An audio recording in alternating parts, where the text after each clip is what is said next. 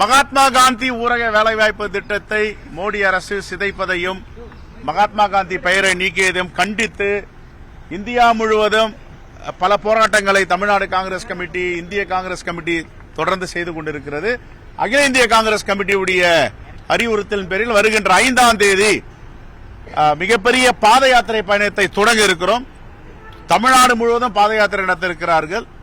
6 மண்டலங்களில் இது நடக்க இருக்கிறது. எங்களுடைய இன்சார்ஜ் திரு கிரீஷ் சோடங்கர்ஜி அவர்கள் கலந்து கொள்ளுகிறார். கே.சி. வேணுகோபால்ஜி அகில இந்திய காங்கிரஸ் கமிட்டியின் பொதுச் செயலாளர் கலந்து கொள்ளுகிறார். இது பிரம்மாண்டமாக தாம்பரம் பகுதியில் நடக்க இருக்கிறது. அதற்கு பிறகு ஒரு மண்டலமாக ஒரு பகுதியாக இந்த பாத யாத்திரை நடத்த திட்டமிட்டு இருக்கிறோம். ராகுல் காந்தி அவர்கள் இந்த கிராம கமிட்டி மாநாட்டில் கலந்து டேட் பிக்ஸ் பண்றோம். இன்னும் லாஸ்ட் 3rd வீக் கேட்டிருக்கோம் நாங்க. ஓகே, இதுதான் பாத யாத்திரை கூட்டம், பிரிப்பரேஷன் மீட்டிங் ஆஃப் த பாத யாத்திரா. Okay, thank you. விஜய் அவர்கள் இன்னைக்கு பேசும்போது என்ன சொல்லியிருக்காருன்னா, முதலமைச்சரே காலையில கண் விழித்ததுக்கு அப்புறம் தேர்தல் அன்னைக்கு விசிலுக்கு போய் விசில் சின்னத்துக்கு ஓட்டு போட்டு வந்து. நீங்க அவர் தானே கேட்கணும், எங்களை போய் கேட்டீங்களா?